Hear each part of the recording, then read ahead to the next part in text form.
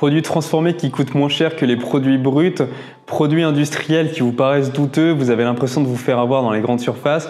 Ne vous inquiétez pas, c'est le cas, les industriels nous en mettent plein le cul.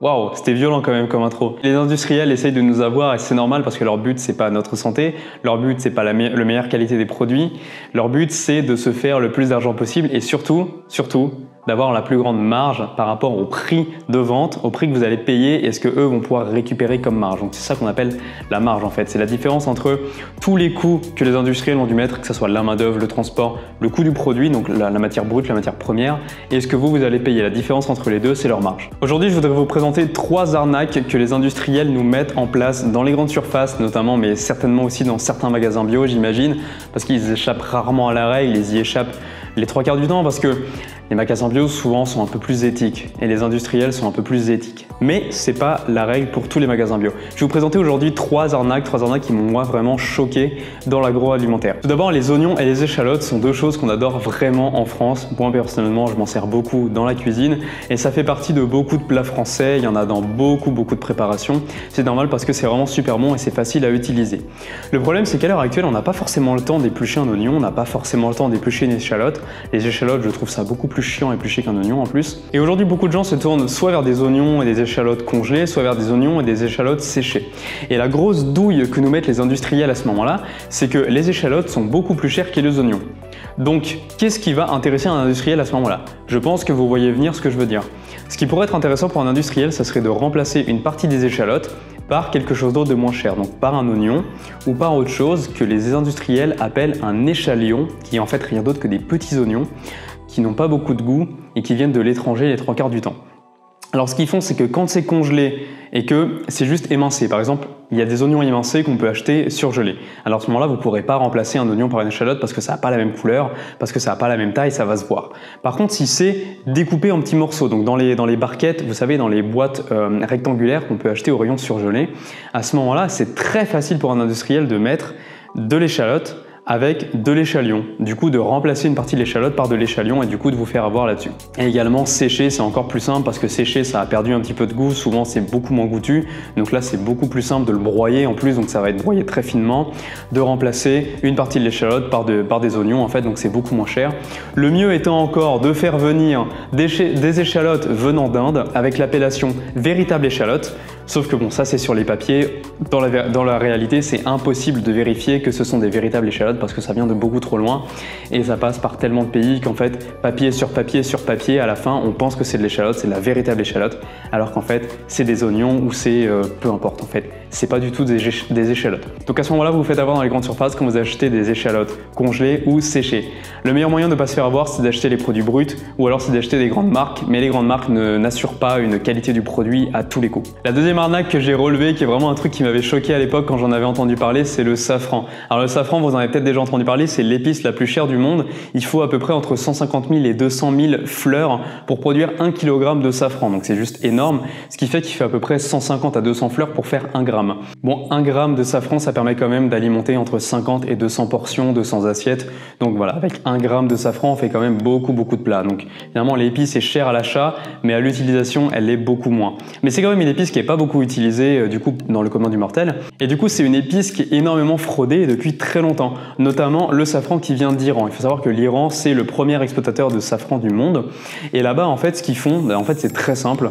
Donc déjà, ils ont le safran qui est un des moins chers du monde, on va dire, il est à peu près à 6 000 € le kilo. Alors oui, ça fait cher, mais si vous le ramenez au gramme, ça fait à peu près 6 € du gramme et je vous ai dit qu'on pouvait faire entre 50 et 200 assiettes avec 1 gramme.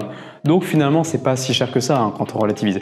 Donc 6 000 € le kilo, c'est vraiment la moins chère du monde parce qu'en France, le safran français tourne autour des 20 000 à 30 000 € du kilo. Donc vous vous rendez compte, c'est pas du tout la même ordre de grandeur, entre 6 000 et 30 000 €. Et donc, que font les Iraniens? Eh bien tout simplement, ils vont remplacer une partie du safran qu'ils exportent par du ciment, de la brique rouge, du curcuma, encore du sable ou bien des éléments cancérigènes qui sont rouges et qui ont une texture qui ressemble un petit peu au safran.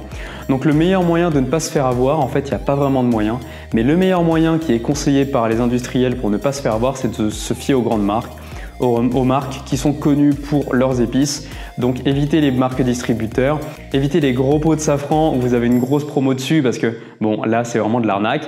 Et si vous avez les moyens et si vraiment pour vous le safran ou les épices c'est quelque chose d'important dans votre cuisine, Privilégiez le safran donc en pistil parce que là vous pouvez pas vous faire avoir. Le pistil, donc voilà, c'est vraiment le pistil de safran. Quoique apparemment il pourrait le remplacer par du souci qui est une fleur qui ressemble un petit peu au safran. Donc voilà, faites quand même attention. Mais si vous le consommez français, alors là, vous êtes quasiment assuré d'avoir de la bonne qualité. Mais par contre, il va falloir mettre le prix. La troisième arnaque que j'ai relevée et qui m'a vraiment choqué, c'est l'origan. L'origan, meilleure épice du monde, épice la plus consommée dans le monde, notamment pour les pizzas. Sans l'origan, les pizzas ne seraient pas des pizzas. Vous êtes tous d'accord avec moi, je pense. Enfin, j'espère. Moi, honnêtement, j'adore les pizzas, j'adore l'origan. Donc pour moi, une pizza sans origan ne serait pas une pizza. Et bien, il faut savoir que la Tunisie est un des premiers exportateurs, en tout cas pour la France, en origan. Et ce que font les industriels, c'est qu'ils vont là-bas en fait et ils s'arrangent avec les producteurs et ils remplacent une partie de l'origan par une herbe qui s'appelle le sumac. Donc là-bas en fait c'est un peu une mauvaise herbe, si vous voulez, c'est une mauvaise herbe tunisienne. Et sauf que ça n'a pas de goût. C'est pas du tout dangereux pour la santé, du coup c'est pas du tout dérangeant pour les industriels, contrairement au safran où là ils peuvent rajouter des éléments cancérigènes. Là c'est pas du tout dangereux pour la santé. Et ce qu'ils font, c'est qu'ils remplacent une partie de l'origan par du sumac. Donc au début, par exemple, ils vont faire 80% d'origan, 20% de sumac. Ils vont voir si ça fonctionne. Ils vont faire 60% d'origan, 40% de sumac. Et apparemment, ils sont même allés jusqu'à des 40% d'origan, 60% de sumac et même 20% d'origan pour 80% de sumac. Et les consommateurs n'y ont vu que du feu. Parce que entre nous, l'origan, nature, la vraie herbe, rarement on l'a goûté. Rarement on a acheté de l'origan en herbe fraîche, entière. Rarement on a fait ça. On a toujours acheté de l'origan en poudre ou de l'origan déjà découpé dans des boîtes en supermarché.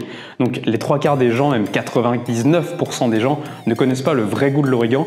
Donc pour eux, qu'il y ait une petite baisse de qualité, mais ça ne sera même pas visible. Donc les industriels profitent de ça, ils profitent de notre ignorance. Donc moi ce que je vous invite à faire, c'est à consommer de l'origan donc en tige, d'en acheter entière, ou alors de vous tourner vers des grandes marques ou d'aller en magasin bio ou de vous tourner directement vers des producteurs d'origan s'il y en a en France. Vous pouvez vous dire que bon voilà, c'est pas très dérangeant, à la limite vous ça change pas trop votre consommation. En fait c'est plutôt que derrière on se fait entuber parce que l'origan ça vaut à peu près 5 € du kilo. Sauf que l'herbe de sumac, elle vaut 2 € du kilo. Donc pour le même poids, on va vous faire payer le sumac au prix de l'origan qui est plus de 2 fois plus cher, on passe de 2 € à 5 € le kilo. Il y a même certains industriels qui vont jusqu'à remplacer encore le sumac par des fleurs d'olivier et les fleurs d'olivier c'est 1 € le kilo. Donc là on vous fait payer quelque chose 5 fois plus cher pour quelque chose qui n'a pas de goût en plus. Donc faites vraiment attention, c'est pour ça que je vous dis de manger et vivre en conscience, mangez en conscience, faites attention à ce que les industriels vous proposent. Les industriels ne sont pas là pour vous assurer une bonne santé, les industriels ne sont pas là pour vous aider, les industriels sont là pour se faire de l'argent.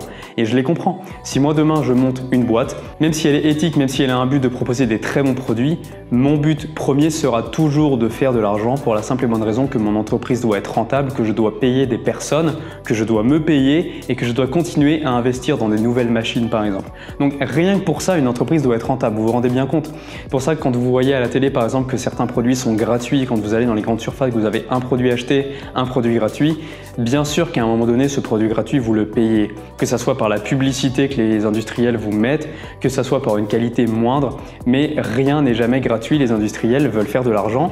C'est pas une mauvaise chose, ils ont besoin d'argent pour continuer à vous proposer des produits, pour payer les ouvriers qui travaillent dans les entreprises, mais il ne faudrait pas que ça soit excessif, donc par exemple qu'on vous mette des feuilles d'olivier à 1 € en vous le faisant payer 5 €, en vous faisant croire que c'est de l'origan. Donc je vous laisse là, je vous souhaite de passer une bonne journée, mangez et vivez en conscience ces jeunes pouces. Laissez toujours le gros pouce en l'air, commentez, partagez et abonnez-vous si ce n'est pas encore fait. Je vous laisse là, je vous dis à la prochaine, ciao ciao.